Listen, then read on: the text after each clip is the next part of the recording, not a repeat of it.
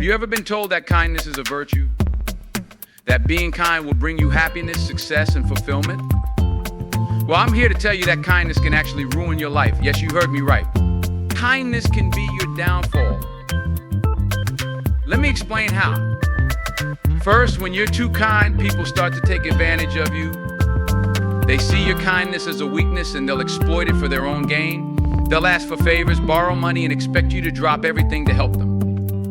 And because you're kind, you'll say yes, even when it's inconvenient or detrimental to your own well-being.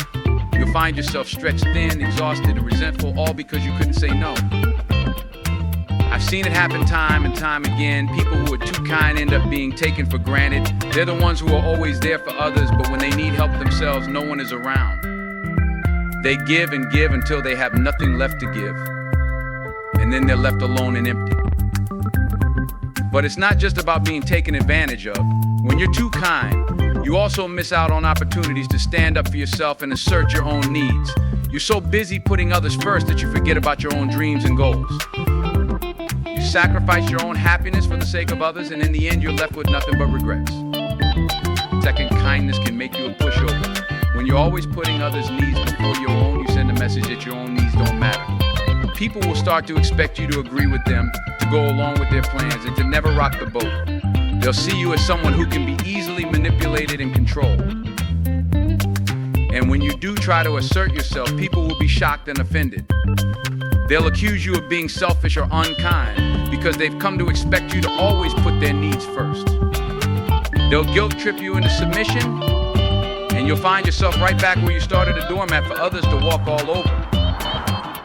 I know it's hard to break out of this pattern. It feels good to be liked and appreciated, and it's tempting to keep doing what others expect of you. But in the long run, it's not sustainable. You'll end up feeling resentful, unfulfilled, and even angry. You'll start to question why you're always the one making sacrifices, and you'll wonder what your life would be like if you put yourself first for once. Third, kindness can hold you back from success. In today's cutthroat world, nice guys often finish last. To get ahead, you need to be assertive, competitive, and sometimes even ruthless. You need to be willing to take risks, to make tough decisions, and to put your own interests first. But when you're too kind, you're often hesitant to do these things. You don't want to step on anyone's toes or hurt anyone's feelings. You don't want to be seen as aggressive or selfish. So you hold back, you play it safe, and you miss out on opportunities to advance your career or achieve your goals. I've seen so many talented, hardworking people get passed over for promotions or big breaks because they were too nice. They didn't want to rock the boat or ruffle any feathers, so they stayed quiet and let others take the credit. They didn't want to be seen as cutthroat or competitive, so they didn't go after what they really wanted. But here's the thing, success isn't handed out based on who's the nicest. It's earned through hard work, determination, and a willingness to take risks. If you're always putting others first and sacrificing your own ambitions, you'll never reach your full potential. You'll always be held back by your own kindness.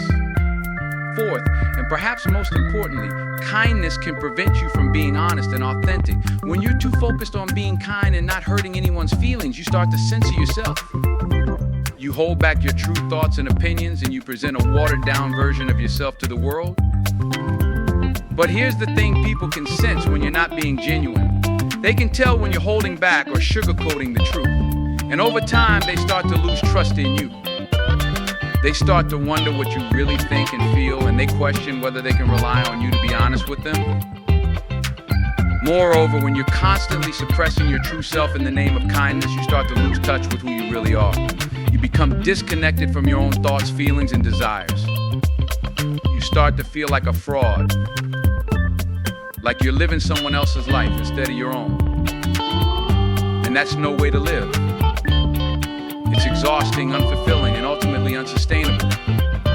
You can't be truly happy or successful if you're not being true to yourself. You can't build deep, meaningful relationships if you're not being honest and authentic.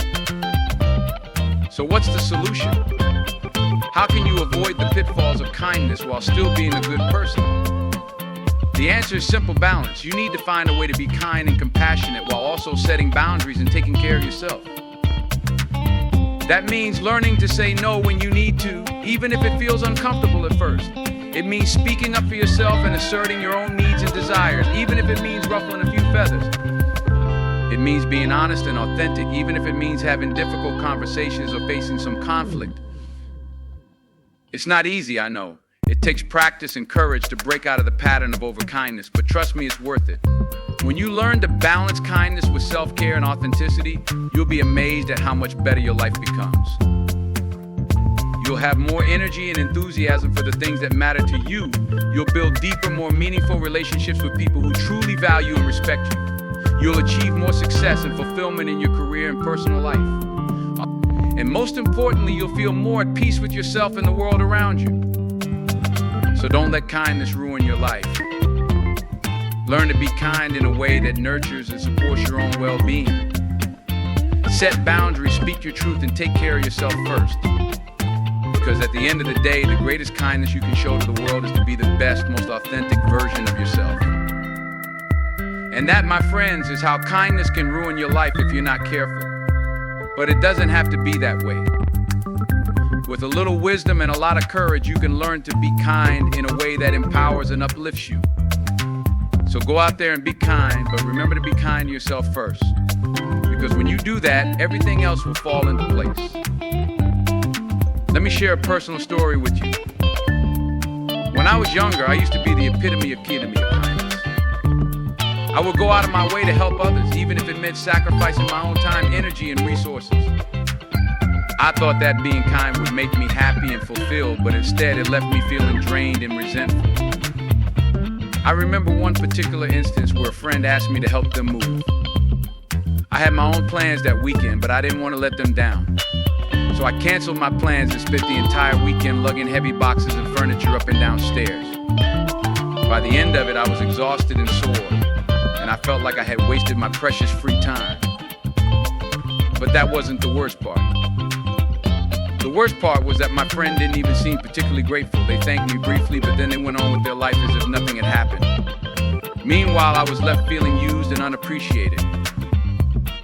That experience was a wake-up call for me. I realized that I had been so focused on being kind to others that I had neglected to be kind to myself.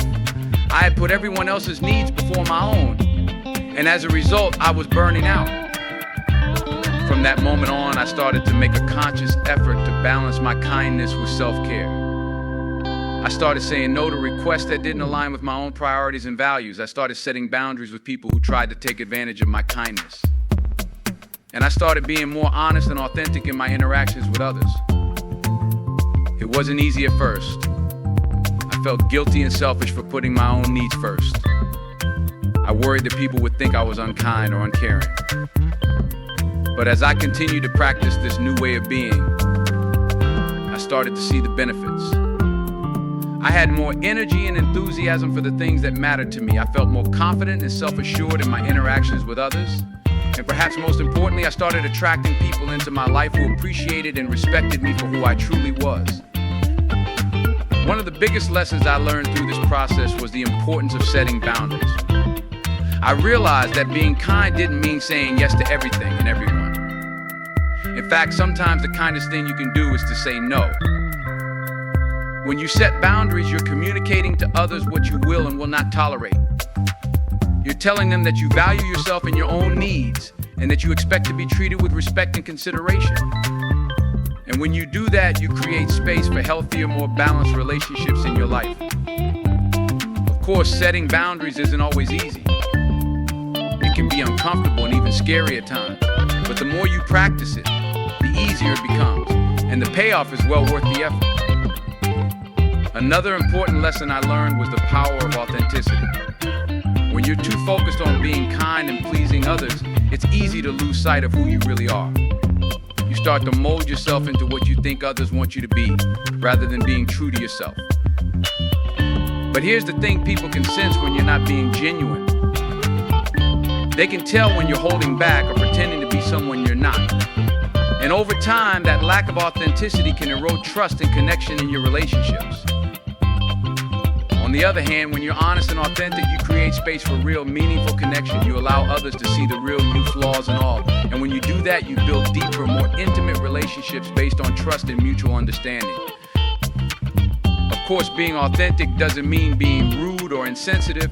It's important to balance honesty with tact and compassion. But it does mean speaking your truth even when it's difficult or uncomfortable. Ultimately, the key to avoiding the pitfalls of kindness is to find a balance between taking care of others and taking care of yourself. It's about learning to be kind in a way that feels authentic and sustainable, rather than draining and depleting. And the good news is, when you do that, everyone benefits. When you take care of yourself first, you have more energy and resources to give to others. When you set healthy boundaries, you create space for more fulfilling and reciprocal relationships.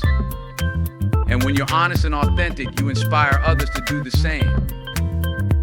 So if you're someone who struggles with being too kind for your own good, I encourage you to start small. Start by saying no to one request that doesn't align with your priorities. Start by setting one boundary with someone who tends to take advantage of your kindness. Start by being honest about one thing that you've been holding back. And as you continue to practice these new ways of being, be patient with yourself. Remember that change takes time, and there will be moments of discomfort and even resistance along the way. But trust that by being kind to yourself first, you're ultimately being kind to everyone else in your life as well. Because here's the truth, the world needs more kindness, but it also needs more people who are willing to be kind to themselves. It needs more people who are willing to set boundaries, speak their truth, and take care of their own needs. And when we all start doing that, we create a ripple effect of positive change that extends far beyond ourselves. So go out there and be kind, but remember to be kind to yourself first. Remember that your own needs and desires matter just as much as anyone else's. And remember that by taking care of yourself, you're ultimately taking care of the world around you as well. And if you ever find yourself feeling guilty or selfish for putting yourself first, just remember this: the greatest gift you can give to the world is a happy, healthy, authentic version of yourself. So don't be afraid to prioritize your own well-being, even if it means ruffling a few feathers along the way. Because at the end of the day, kindness isn't about being perfect or pleasing everyone around you. It's about being true to yourself and treating others with compassion and respect. And when you learn to balance those two things, you'll find that kindness becomes a source of strength and empowerment, rather than a burden or a weakness. So let's all commit to being kind in a way that feels authentic and sustainable. Let's set boundaries, speak our truth, and take care of ourselves first. And let's trust that by doing so, we're creating a world that is kinder, more compassionate, and more connected than ever before. Thank you for listening to my story and my thoughts on this topic. I hope that my words have resonated with you in some way, and that you'll take them to heart as you navigate your own journey with kindness. Remember, you matter just as much as anyone else, and your own needs and desires are valid and important. So be kind to yourself and watch as that kindness ripples out into the world around you. Thank you.